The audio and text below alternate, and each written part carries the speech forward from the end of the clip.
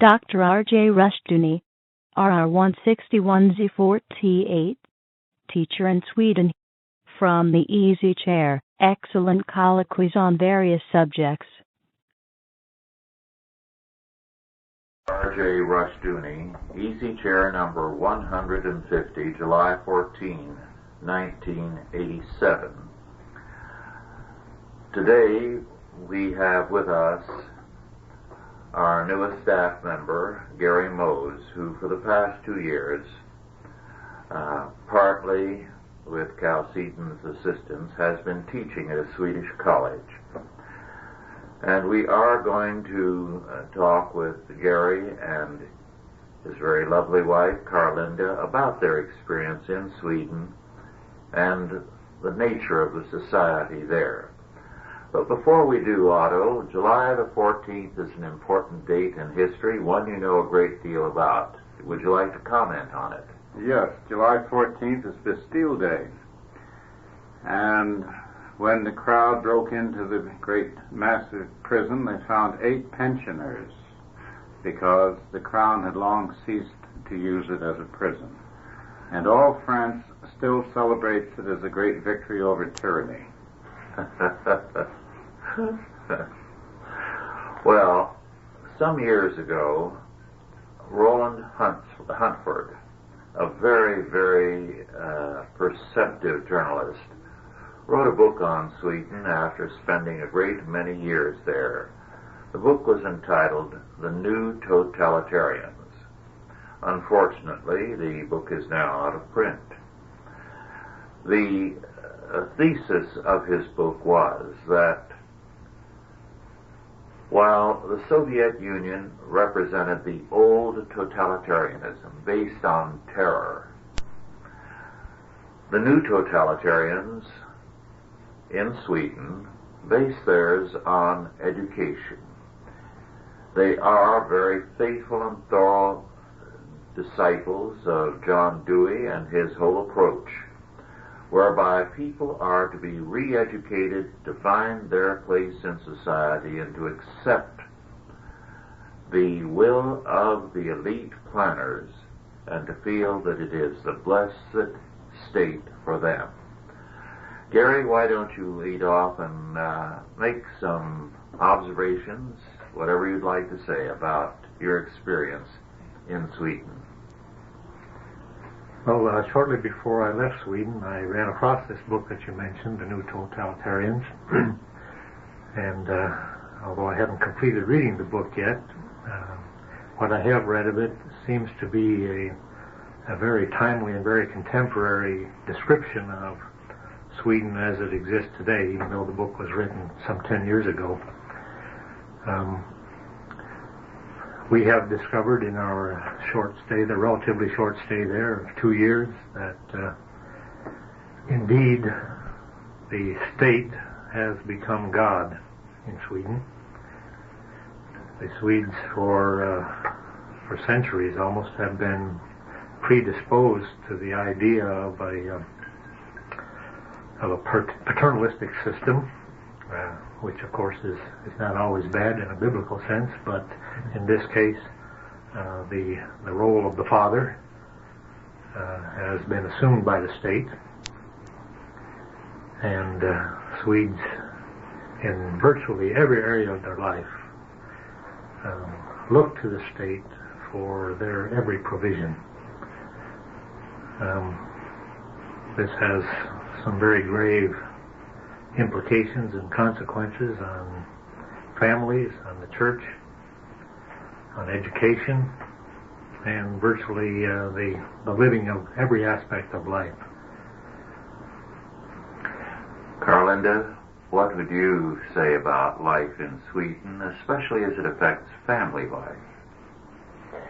Well, first of all, Sweden's a very lovely country, and when you first come, and even after you've been there a while, things look very normal and very calm, and families seem to be quite happy. But when you come to know families more intimately, most of the time both parents are absent from the home. Mothers must work because they simply can't provide for their families without both husband and wife working. And as a result, the children are given quite free rein to do whatever they would like to do. When we first came to Sweden, the children were the only ones who welcomed us readily. The parents tended to stay away until they knew us or had been formally introduced, and the children came and they knew they were welcome in our home. And from the beginning, we had many children in our home every day. And as a result, we got to know the children. And I would say that they're not necessarily happy children, although they do seem to have all the things they need for life. Swedes are very well taken care of materially, but once you get to know the Swedish people, as Carlinda says, you identify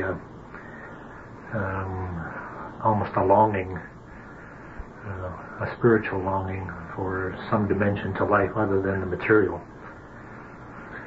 I recall talking to an engineer some years ago who had lived in Gothenburg and worked in Gothenburg for about 5 years, a Dutch engineer. And he said, well, it wasn't bad. He said, we all had the same things. He said, we had the same little car, we had the same apartments. He said, we had the same little house in the country. And he said, we had the same kind of furniture and ate the same kind of food and he said it was all the same. And he said it got to be unutterably depressing. Yes, I think we could concur with that. There is a tremendous sameness about virtually everything in Sweden. The things that you listed, homes, cars, to the point that for an outsider, especially for us coming from America, where just in the consumer market there's such a great variety and such an overwhelming number of choices. In Sweden, there is almost a monotony. And in terms of social relationships, this is also the case. There are strong sanctions which are incentives to conformity. And how do they apply them? Well, to dissent in Sweden is one of the worst crimes that anyone can commit. Is social crime? Yes, very to much contradict, so. To take issue? Yes. Not to agree. All right. And they can be very vicious about it. The president of the college where I was working is a well-known dissenter in Sweden, and he has been treated with the utmost disdain. He has been slandered in every way possible, in every medium possible, not only in the mass media, but gossip in communities. And Sweden is really one big community. A lot of the characteristics of a small town apply to the nation as a whole. Dissenters are well known. Their dissent is never forgotten and never forgiven. Is it ever expressed openly?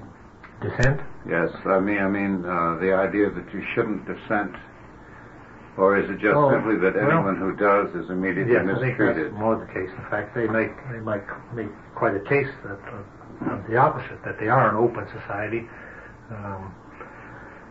that welcomes debate, welcomes diversity, and that's not the case. I recall the first fall that we were there, the teachers, socialist teachers in the community organized all of the school children in the community of about 7,000 people to have a mass demonstration on the day, I think it was the 40th anniversary of the founding of the United Nations, and also happened to coincide with the Soviet Front Organization, World Peace Council's international peace demonstration. On Radio Moscow that evening we heard about how there were supposedly spontaneous demonstrations throughout the world in favor of peace and unity. Anyway, the teachers in the community organized the school children, painted placards and put them in their little hands and marched them through the streets to a park where a number of speeches were given about disarmament and the usual socialist themes. The students, small number of students at the college where I taught, decided, this is on their own initiative, that they wanted to present an alternative message to the community, and so painted some placards to the effect of supporting national defense, peace with strength, and some common themes like that, which in the United States would hardly cause a ripple. But these students were harassed. Carlinda and my children joined with them in holding some placards, simply stood in the background, said nothing, except held the placards, and the police moved in on them. There had been complaints to the police about their presence. Although the police insisted that Sweden was a free country, they said that our students and my family were breaking the law because they had not applied for a permit to demonstrate. Our response was that we were just participating in a community-wide demonstration, simply bringing a different message, that we didn't need a permit any more than any other member of the community did, since a permit had been acquired by the sponsors, and they had invited the entire community to come and join in. Our names were taken, and we are in police records there now, simply for having been there. Although they did not arrest us, complaints were filed. Complaints were filed? Yes, and we were threatened with arrest. Threatened with arrest. What is the tax rate in Sweden? Tax rate, income tax is an average of 55%, and on top of that there is an across-the-board sales tax of 25%. 25%. That tax, that sales tax, is built into the posted prices of consumer goods in most cases, so that when you go to a boutique or a store, the price will include the tax. It's included in. Yes. So they don't say so much plus tax. Right. How can you buy food there, Carlinda? That was difficult. It was very expensive, and just to feed a family with 4 children was difficult. We would go to the grocery store, and if we came out and had spent 350 crowns, I felt good, and that's about $60. Oh, my. And that was a short stop. That was a short stop. That was a short stop. A loaf of bread, the regular price was about 21 crowns, which is about $3.50 at the exchange rate. And everything was expensive, much more expensive than here. Rather difficult to feed a family then. What was the quality of the food? Meats, for example. Meats. Sweden has a possibility of having good meats because they raise a lot of their own products, of course. I think the quality was fine. Well, the by quantity American was standards, not. I would say that the beef was not as tender, and it was pure. The chickens were. We always laughed about the chickens. A whole chicken resembled what we would consider a piece of chicken. Oh, really? A tiny chicken? Very tiny, very scrawny, and tough. Going back we to were the... told that chickens were for laying eggs, and when they were finished with that task, then they were eaten. Oh, they were elderly chickens. Going back to the dissent business, that's a universal to a great extent. We pay an awful lot of lip service to our freedom of speech, but conservatives and Christians know that we don't have the same freedom of speech that the liberal left has in the United States. But it isn't a community-wide thing. It's more of a media, governmental thing versus the community.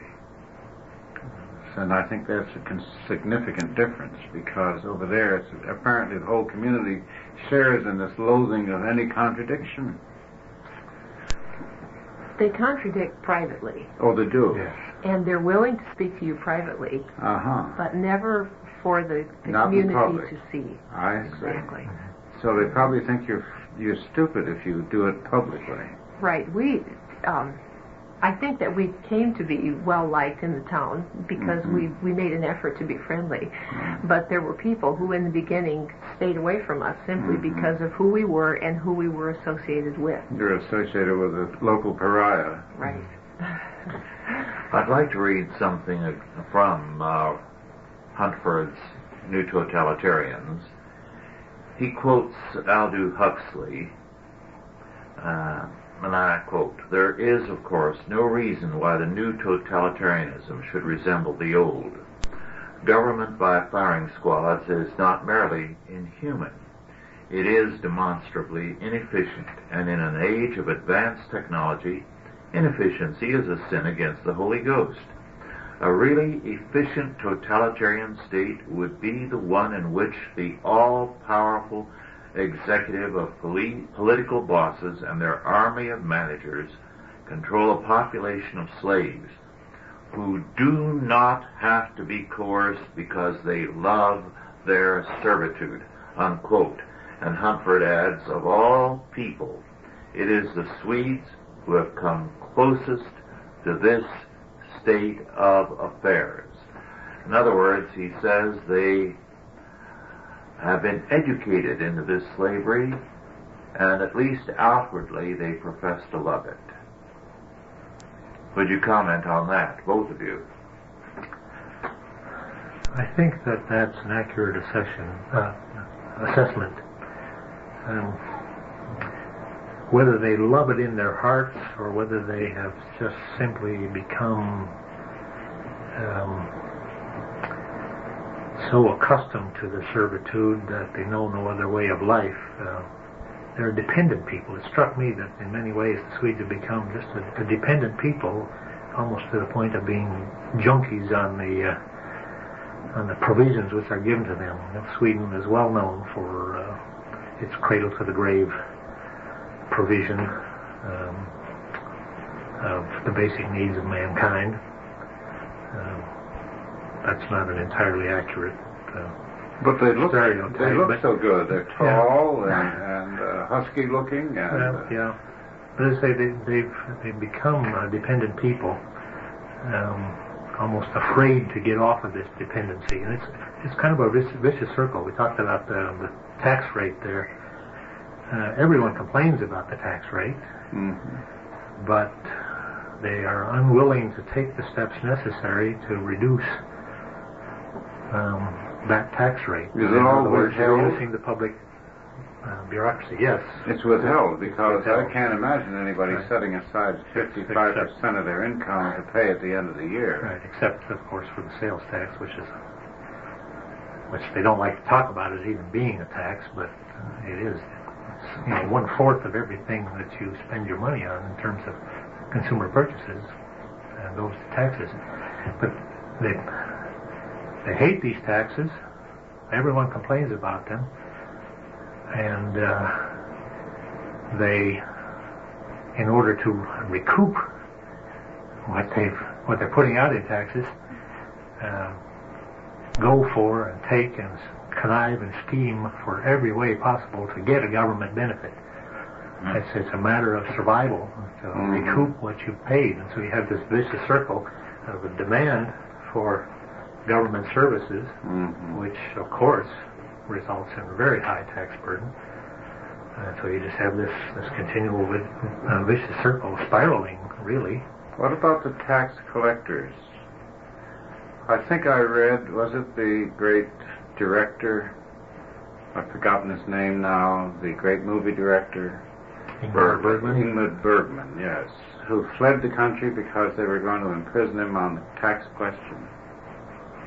Well, we ran across a number of examples of wealthy people who leave the country. It's the only way the very wealthy can survive in their wealthy state is to take their money and run. Mm-hmm. What is the tax rate at the top limit? I heard examples that it was over 100%. Mm-hmm. That's confiscation. That's planned confiscation. Total. Mm-hmm. You have wealthy people who perhaps maintain a residence in Sweden to maintain their Swedish citizenship, but spend a good portion of the year out of the country. Quite often it's in Spain, where the costs are low and the living is fine along the Riviera and so on. We knew of a number of wealthy people who made that a way of life. Is there a family allowance? Oh yes, that's virtually automatic and across the board. If you have children, each child is worth, what was it?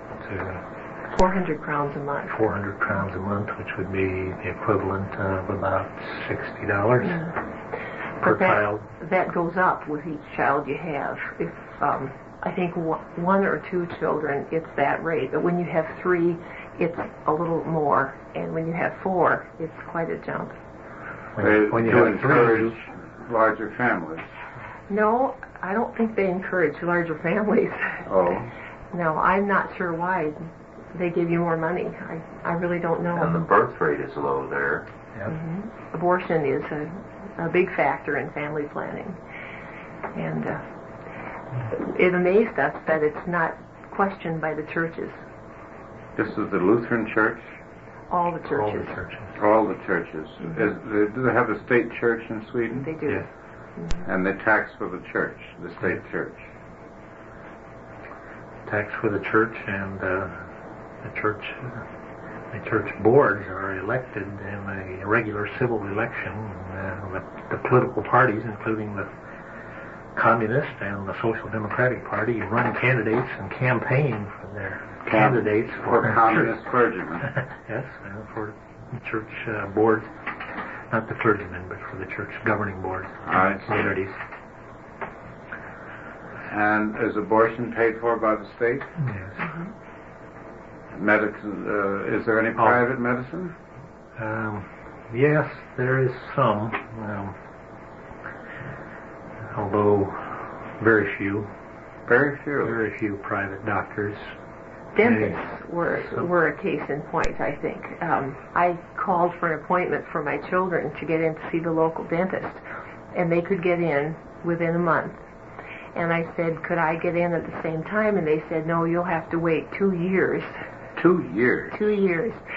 And I Good thing you didn't have a toothache. I just started laughing, and I said, 2 years? And she said, well, you can go to a private dentist if you would like to. But the waiting list in that town for an adult is 2 years. I really believe that Sweden is a system that centers around the children and children's rights, and adults all take a back seat. What do you suppose is the philosophy behind that? Do they expect to raise a new breed of some sort, like the new Soviet man? I would suspect that because the parents are not allowed to impose their beliefs on the children. It's a plan of breaking with the past. Mm-hmm. Yes. You cannot spank the child. You cannot force the child to go to Sunday school or church, even though they're not worth going to. You cannot impose anything on the child, so it's the state that does the imposition. Well, how do the children behave under this system? Atrociously. Are they difficult with their parents, knowing that they're protected by the government? Yes, that you might not believe that could happen, but it very definitely does happen, and it's common, and it's characteristic of most Swedish homes. I think the children know that they have a recourse outside of the home. Mm-hmm. On the children's television programs. There are two television channels in all of Sweden, and they're both owned and operated by the government. And on the children's television programs, occasionally, quite frequently, children are advised that if they have any difficulties with their parents, they are invited to call a number which flashes on the screen to make a complaint. And once a complaint is made, that complaint is accepted as fact, and the child can be removed immediately from a home without any investigation and placed in a foster home. And if a determination is made by the local welfare board that the child's complaint or a neighbor's complaint or anyone's complaint against a parent in favor of a child has some merit, whether it does or not, but if a decision is made that it does, that decision is final. There is no court to appeal to, no recourse whatsoever. There is no appeal from a decision of the child welfare officials. So the child is taken from the home permanently? Could be. And how do they treat the child in their institutions? My recollection of institutions around the world is that they're not the kindest places.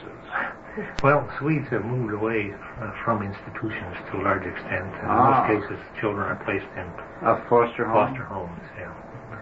And of course, foster homes are approved and licensed. That means, generally speaking, the philosophy of the foster home is one which is acceptable to the social democratic authority.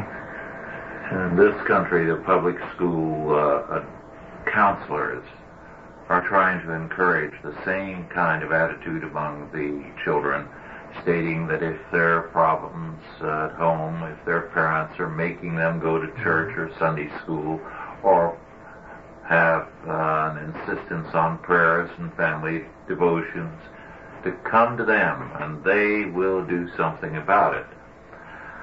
However, it's not as bad as in Sweden. Well, and the potential is there. I think in many states here in the United States, virtually the same legal structure exists. I recall as a journalist covering the legislature in Montana when the child abuse laws were vastly broadened to the point where they were almost identical to what we witnessed in Sweden. I remember when the law became effective, there was quite a public relations campaign to acquaint children and public school teachers, daycare providers, to be alert for evidences of what they called abuse, and that could be just about anything the child didn't like. I know make a complaint, and the complaint would be investigated. I know one instance in this country in which junior high boy, after getting that kind of talk from counselors, threatened his mother that he would report her for her disciplining, and she said, "Good, you do that, and it'll be the last thing you ever do." He believed her. Children will take advantage of this, believe me. Yes. We feel that our children are fairly well disciplined and understand parental authority, and we've always tried to implement biblical principles in our home in terms of discipline, but I don't think we were in Sweden a week. Children being aware of the laws there, when we attempted to discipline them, immediately cited this law, reminded us that they could not be spanked. So, children are aware of this. How did you bring them into line? With great difficulty, apparently. We said, not in this house. People would ask us if we weren't afraid of that law, and we said no. Because we, first of all, are accountable to God. And should that ever be an issue, we could leave this country. The Swedish Christian parents cannot do that. And believe me, there are Swedish Christian parents who live in mortal fear of losing their children almost any day. We have children like that would be worth losing. We have close Christian friends there who have a foster child in their home also, and the mother told me that she spanked the children until they were to the age that they said, "You can't do that anymore." And she said, "You have no idea how it feels to a mother to know that any day I could lose my children." So she said, "I stopped spanking my children at a certain age." I'd like to call attention now to a well-known fact, namely the anti-Americanism of Sweden. And Sweden has been very, very prone to criticizing us in our treatment of minorities. However, as Huntford in his book, The New Totalitarian, said, and I quote, "The treatment of the Swedish Lapps compares unfavorably in many ways with that of the American Indians. At least the New World settlers openly stole, cheated, and conquered. But the Swedes in the 16th century promised the Lapps possession of their land for eternity in the words of a royal charter. Nevertheless, the Swedes dispossessed the Lapps, and when iron was discovered in northern Lapland, paid no compensation. Later on, money was made available in modest amounts, but administered by Swedish authorities at their discretion alone as charity. The United States government is now paying mineral royalties to the surviving Indians. The Swedes have yet to make comparable amends," unquote. Of course, they're very harsh in our, with regard to our treatment of the blacks, and are as given to mythologies about us as our press is to South Africa. Carlinda, I believe you were telling me the other day about the response to the Bill Cosby show in Europe and in Sweden. Could you comment on that? Well, we always had to chuckle a little bit because everyone there loves the Cosby show as much as the people do here. But they were, many of them were just a little bit surprised that there could be such a portrayal of a productive, wealthy American black family. And I'm not sure they really believed that that could be possible in our country. That program stands in stark contrast to the typical documentary on life in the United States, which dwells on the plight of the slum dweller, particularly the black, and in many cases the Indians. There's just an assumption that Indians are all downtrodden and dispossessed, and that the blacks are downtrodden drug addicts, can't survive, live in the streets. So it came as quite a surprise to see quite a different portrayal on an entertainment program of a wealthy, happy American black family on the Cosby Show. And oddly enough, that program has become the #1 program in Sweden. So. That's great. How did they treat you individually as Americans in Sweden? Did they express any of these prejudices to you? Force you to defend the country, that sort of thing? Well, Sweden, when we say Sweden was anti-American, I think we should clarify that it really isn't Sweden that's anti-American. It's the social democratic establishment. It's the socialists who are anti-American. And the media. Well, the socialists and all of the institutions that they control, which is virtually every one. We found that the average Swedish person, particularly when they got to know us, or once they got to know us, and that's difficult to break through that stereotype Swedish reserve, but once you do, you find a very warm person, and we were treated very kindly, and we established some very close ties, probably some of the closest ties that we've ever had in our lives among Swedish Christian people. The anti-Americanism seems to be evaporating somewhat amongst the young people. This was fostered, of course, the anti-Americanism was fostered by Olof Palme, the late Prime Minister who was assassinated last year. But the young people who have come into their knowledgeable years since the Vietnam era, for example, almost idolize America. And we noticed one curious thing: the big status symbol for a teenager or a young person in Sweden is to own an old American car. They will hunt them down anywhere they can find them, pay a premium for them. They're all in mint condition.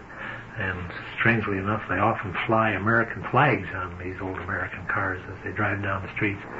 Well, that's sort of a defiance of the establishment, isn't it? I think that could be it. There's as we look at many European things with the sort of chic attitude, it's kind of the reverse there. It's chic to be made in America or have something American among the young and among those who are not socialists. How about the Christians? I mean, not churchmen, but the true Christians there. What was your observation, Carlinda? You said you knew a great many. We really came to love them. I believe that they are some of the most praying people I have ever met in my life. They understand, most of them, the praying people, understand what's wrong with their country, and they understand what can fix it. And that's only God. And they are not going to look to the churches because the churches have turned away from them. In fact, call them para-church if they meet for a Bible study privately, or if they're involved with anyone who is not, who the church doesn't agree with, or who the church wouldn't support. But these people pray, and they pray daily, believing that God will heal their land. And we have come to love them and respect them so much, and they've taught us so much about praying when the odds are against you. The comprehensive group mentality applies also to the established church in Sweden. As Carlinda said, anyone who operates in the spiritual realm without the direct approval and sanction of an established church is labeled a subversive. Subversive? Yes. Because we were new in the country and were having difficulty learning the difficult Swedish language and trying to maintain some spiritual fellowship, we asked an evangelist or missionary friend of ours, an elderly missionary who has spent 50 years on foreign missions working on his own. And he happened to live on our street. We asked him if he would lead an English language Bible study. And as it turned out, a number of our Christian friends thought this was a good idea and would like to join with us just for the sake of practicing their English and also giving us the spiritual support that we needed. And so we began a Bible study, just an ordinary Bible study like many Christians have around the world, in a private home.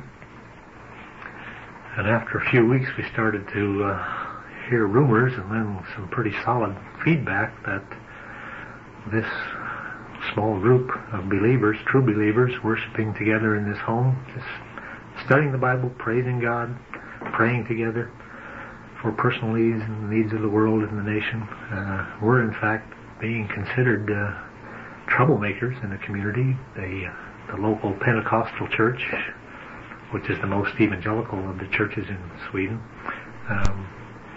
the pastor there actually warned the congregation about this group, about joining with the group. We were quickly labeled as troublemakers again, simply for worshiping God together. Well, we've had people arrested and put in jail for having Bible classes in their homes in the United States because they violated the zoning regulations in Denver and in various other cities. Los Angeles. Yes. Eastern cities. Well, I guess that's what it's coming to. Interestingly enough, in the midst of persecution in that direction, I see the church worldwide moving in the direction of these small private groups meeting in homes. The house churches around the world are becoming the effective mode of worship and of change, spiritual change. Well, yes, having lost the clergy, the people are pulling together with each other. The fact that you were Dutch, did that help or hinder? In other words, you were not only Americans there, you also had a Netherlands background. I don't know if many people knew what our national background was. We were asked a few times, and Carlinda is blonde and tall and looks very much the Swede. Yes. I think everyone, since we were there in Sweden, must have assumed that we had some Swedish kinship of some kind. So, well, when they found out I was from Minnesota, then they all knew I had to be Swedish.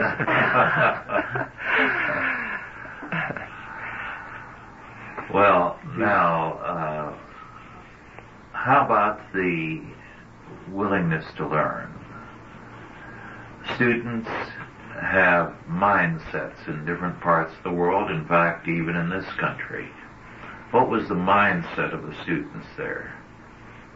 Of course, you were dealing with a different type of student, one with a little bit more initiative than any of the others. You mean in the oh, college? you're talking about the college Yes. students. That was one of the great disappointments, I think, of my consulting career there at Scandinavian Christian University. We had a lot of inquiries from students, so there definitely is interest in an alternative to the state monopoly in education, particularly in the area of journalism. The journalism education in the state schools is thoroughly Marxist. So there is an interest among students, and there's an interest among the conservative elements of the media to have an alternative journalism education. So we had a lot of inquiries, but we noticed that as soon as the students found out that this school charged tuition, and by comparison to the United States it was just a pittance, a token tuition, they realized that there was free education to be obtained in the state universities, and so that was a major obstacle. They're not accustomed to paying for education. Not accustomed to paying for education or for anything, and so we lost a lot of inquirers that way. The ones that we finally did get, and the enrollment is very small there, I was really disappointed, not so much in the caliber of the students, because they were bright, and some of them showed some real potential in terms of being writers, journalists, reporters, but seemed to lack a determination to obtain a quality education. They would come to class for a while and then decide it was too much work. Oh, really? Would drop out. Did they argue? No, not so much. They would. Did they get They up? would listen to the lectures. Did they get up and say, "This isn't what I've been told all my life"? Things like that. And yes, that was mentioned. That didn't particularly upset them. So they came to the school knowing that it was definitely an alternative and that it represented an alternative point of view. But as I say, the big disappointment was there just seemed to be a lack of incentive to study and to stick with. They didn't. Did they turn in papers? Did they perform? That was one of the real difficulties. They wouldn't turn in a paper? Wouldn't turn in papers. Well, you know, we're having that here. My daughter tells me that of her classes, you know, she's finished now, but most of the time they didn't do the projects. Most of the class didn't do the project. That's a real problem. Just couldn't do it. What was the attitude generally, students, community, people, towards the Soviet Union? Well, it's generally, at least in the public face, it's positive. There's a almost what I identified as a desire to believe the Soviets. It was you felt an undercurrent that they knew they were being lied to, and the Soviets would speak to them, or would speak to the world at large. Well, it's like our disarmament editorials, isn't it? Yes. Yeah. I mean, there's a great desire here to think that everything will be all right. That's it. And I came to see it almost as the mentality that, well, if we're nice to the Soviets, maybe they won't bother us. Well, sure. They will go away. If we don't put up SDI, then they won't get angry. You know, the more you tell me about Sweden, the more it seems to me that the whole West is in the same situation. Oh, yeah, it's very much. Sweden It goes beyond the West. Yes. The whole world today Well, has a common culture. Some are further into it than others. Sweden is probably just in the vanguard of a worldwide movement. Yes. And I well, think it's a little bit more exaggerated there. Yeah. I mean, there. it had an early start. Yes, The socialist mentality existed almost before, it really did exist even before socialism became established in the Soviet Union. Oh, yes. I mean, we had Ibsen and all that stuff was popular in the 90s, wasn't it? There was a collective mentality in Sweden way back into the Middle Ages. When Marxism became a factor in the world, the ground was really prepared for it already in Sweden, and there was just a simple acceptance of it. The Social Democrats politically just moved into a fertile field that was already prepared for them. Well, here in the United States, Wisconsin and Minnesota have always been very socialistic. Yep. And we were both born and raised in that area of the country, and having been in Sweden now, we certainly understand much better why that area of the country is the way it is. Well, I remember the Take it last American. socialist mayor of Milwaukee. He was a socialist mayor for over 20 years.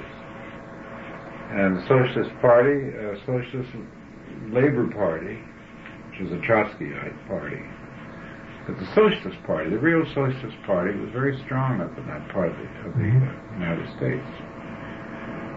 And I don't know, we have a situation here, we have liberals who are socialists. They call themselves liberals, but they're actually socialists. Interestingly enough, one of the non-socialist parties in Sweden goes by the name of the Liberal Party. Were you happy to leave? Were you sad to leave? Did you ever get past the colonial stage? You know, at first everything is foreign, everything is different, and it's interesting. Then everything is different, and it becomes a pain in the neck, and you can't stand it. And if you overcome the second stage, then they tell me you're acclimated. Well, Did you ever get past the second stage? I think we left with both of those feelings still existent. I personally enjoyed living in Europe, as you say, just because it's different. Sure. I really enjoyed the differences, the cultural differences, learning about it, and being that close to the Soviet Union. One of my real interests is Soviet foreign policy and foreign action, so I spent a great deal of my time in the evenings listening to and analyzing Radio Moscow's English program. English Reading from the New York Times. broadcast.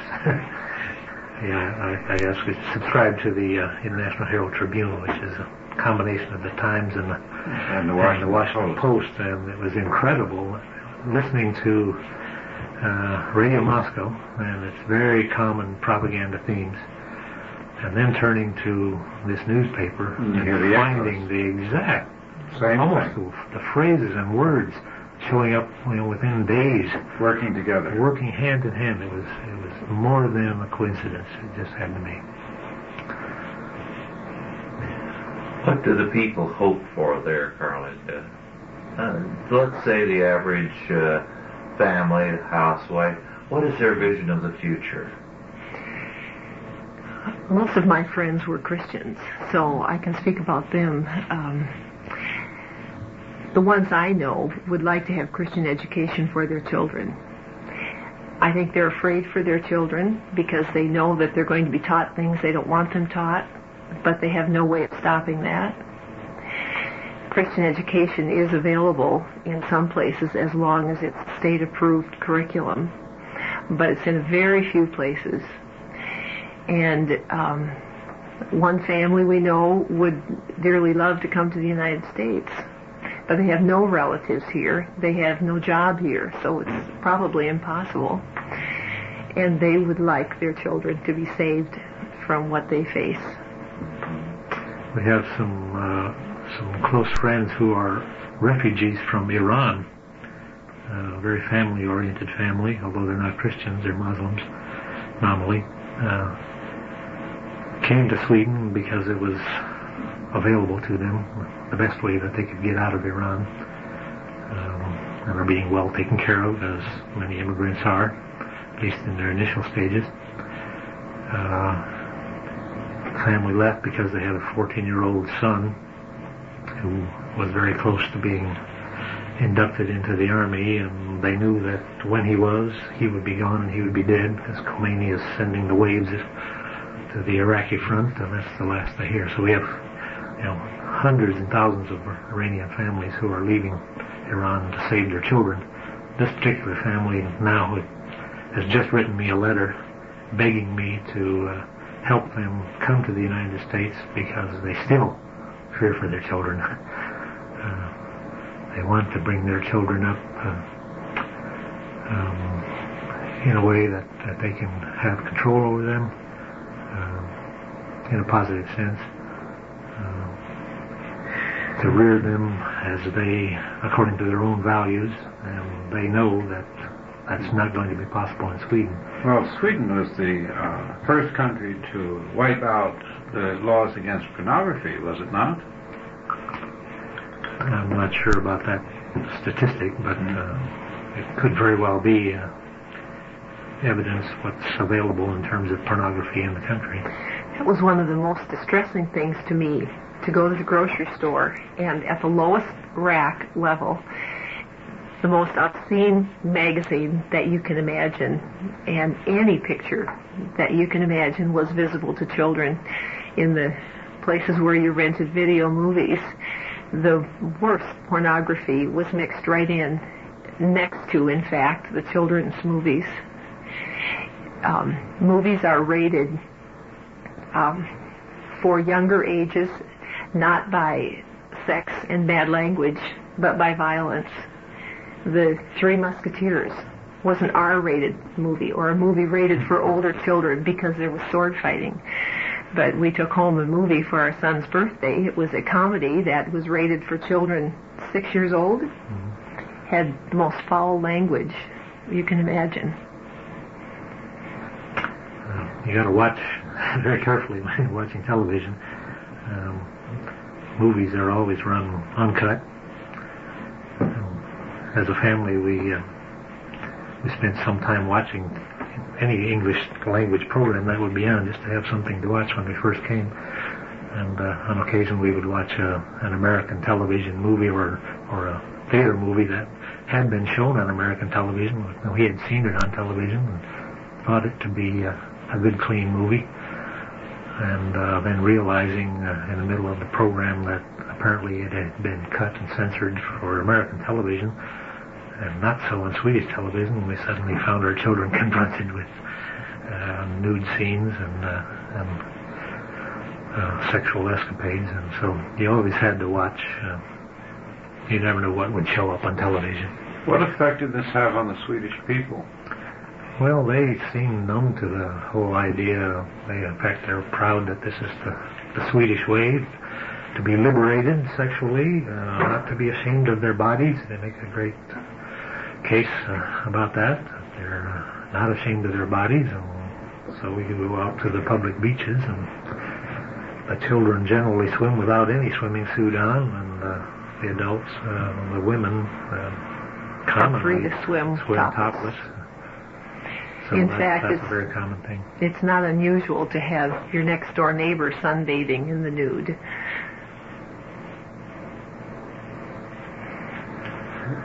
Well, you can see why, with that kind of thing prevalent there is a hostility towards Christians and Christian standards. It's said that Norway offers some resistance to this sort of thing. Were you able to get any insight into the situation in Norway?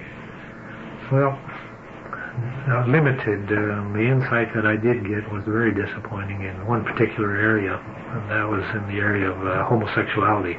Norway, in fact, was the first nation in the world to pass a national law forbidding any kind of discrimination against homosexuals, and that was so sweeping that it included making derogatory remarks about homosexuality. Oh, you mean in public or anywhere. From the pulpit?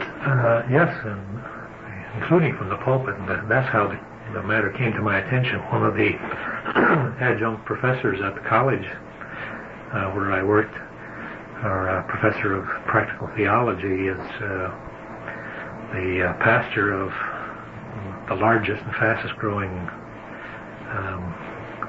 full gospel churches in Oslo, and a very, very active Christian reconstructionist, as a matter of fact, and very active in applying the Christian faith to practical areas of living in society. He also was the first to establish a Christian radio broadcast, and has now broken the television monopoly and has put together a satellite network.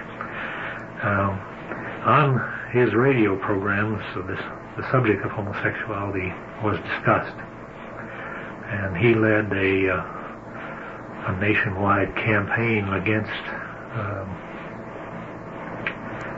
homosexual influence in Norwegian society, and the homosexuals would call into his radio program and pretend to be repentant homosexuals, ask for prayers, and then in the middle of the conversation would suddenly throw off the mask and start to say very obscene things to him, proposition him on the air, harass him to the point where he just couldn't accept the calls on his program anymore. On one of his programs, he prayed a prayer, and the prayer was that God would bring an end to the influence of homosexuals in Norway. A lesbian member of parliament who was responsible for passage of that law brought charges against him, criminal charges. He was originally acquitted in a local court, and through the work of this lesbian member of parliament, the National Minister of Justice prosecuted an appeal to the Supreme Court, and that acquittal couldn't happen in the United States, but the acquittal was overturned, and he was convicted at the Supreme Court level. The case was sent back to city court, where, for sentencing, he was sentenced to jail time, which was suspended, and given a fine. I forget the amount now, but it was a substantial fine. What should you call them over there? Excellencies? You just don't say anything of a negative nature about homosexuality. And his prayer, that simply a prayer, not naming anyone, well, then not calling for no freedom of discrimination. speech. That's exactly what happened in his case. Yes, that's a good point, Otto. Freedom of speech is being destroyed in the name of non-discrimination. Mm-hmm. And freedom of speech requires that you discriminate between good and evil, right and wrong. Of course, and it also means freedom to express your opinion. Yes. And you have a perfect God-given right to dislike something. Mm-hmm. You know, if you don't like spinach, that's okay. And if you don't like an individual, that's okay too. You don't have a right to be unjust, but you certainly don't have to admire what is loathsome to you. Yes. Well, our time is just about up. I think this has been a most rewarding session because it tells us the direction of our world today. Sweden is, as you said, in the vanguard. And here, where we can still speak out against some of these things, we had better do it and set an example for the world and reverse this world trend. Or else God is going to judge us. Too much is given of them, much shall be required, our Lord says. Well, we thank you all for listening. God bless you all. And we're going to go into some other areas behind the Iron Curtain with Gary and Carlinda on another occasion. Authorized by the Chalcedon Foundation. Archived by the Mount Olive Tape Library. Digitized by ChristRules.com.